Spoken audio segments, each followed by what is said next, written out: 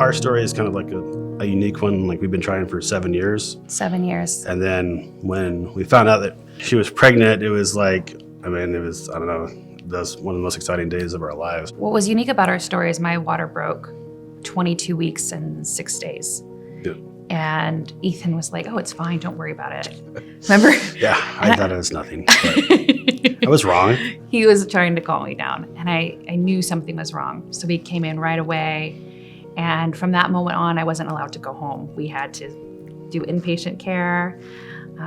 But what happened at 23 weeks and 5 days, I called my nurse. I just felt like something was wrong. And I was actually FaceTiming my mom. And I was like, hey, Mom, let me pause that conversation. I think something's wrong. My nurse came in. I thought it was a clot. She's like, all right, well, we can just kind of, help it come out. And it actually was Savannah's umbilical cord. And within seconds, there was like 30 people in the room. Savannah was born extremely premature. She was 23 weeks, which is, at the age of, just that limit of being able to survive being born. And she was incredibly feisty from the very beginning. And you could see her spunk, but she definitely was dealing with a lot of hurdles with her prematurity and her lungs. And so she was incredibly sick. She needed a lot of support. She was on special types of ventilators to help her breathe. She would have one good day and some very bad days, and and we just did our best to help support them through all of this, even with COVID on. And like we've been talking about, just let them know that there really is that light at the end of the tunnel. We were in the hospital for 104 days with her, and it felt like with COVID, our family couldn't come ever. Because one thing that was so challenging is that Ethan couldn't come with me to a majority of my appointments. And I know that moms to be and moms who are having kiddos all experience that. So your Evergreen nurses and your doctors, they became your family.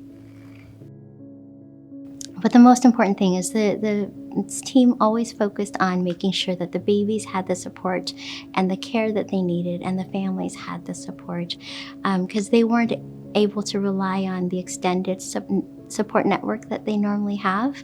All the grandparents and siblings and all of those, normal visitors that we would have in the NICU, they didn't have that anymore to share their ups and their downs. And so, you become a surrogate second family for them, even more so while they're in the NICU during COVID. And so we try our best to support the families through all of this and just, keep things going and care for the babies. Our primary nurses were amazing. I feel like it's hard with masks, right? You can see their smiles through the mask, and they're always encouraging, and they're always like, it almost felt like Savannah had two new aunts.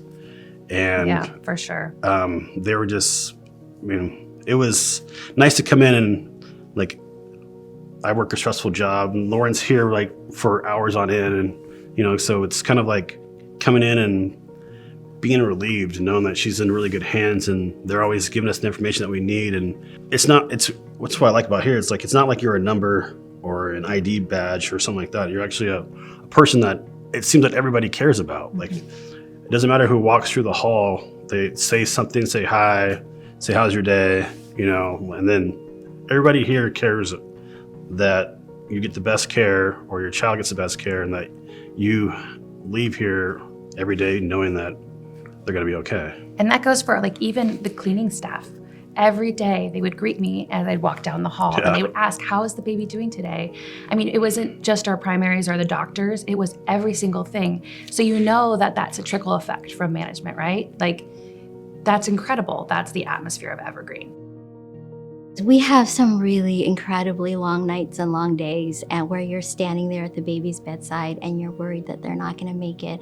And knowing that we have babies like Savannah there who have been able to recover and survive and look so amazing and be able to join this beautiful family, that makes it all worth it, and that's what keeps us going. You guys made our dream come true. Yeah. We were been trying for a long time, and I was personally pretty close to like throwing in the towel because it was very stressful on my wife, who I care about a lot. and I just hated to see it.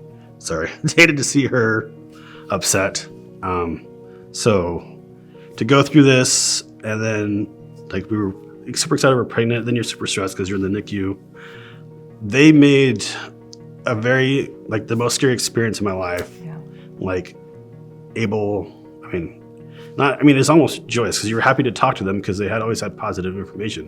Even if it was negative information, she'd spin it positively somehow and make you feel better about what was going on. And I don't think I could say thank you enough or do enough to show her how much I appreciated what she did for our family. Savannah wouldn't be here without them. And that's every single one of them. Wish I could look every single person that ever came through our room and tell them like how much they meant to us. I mean, all those nurses, all the doctors, Dr. Annie, they made our dream come true. Savannah is here truly because of them and her will, of course. But there's nobody like them. They are the most incredible. We always call them our NICU angels. They are our NICU angels. And we carry each of them with us always, every single day.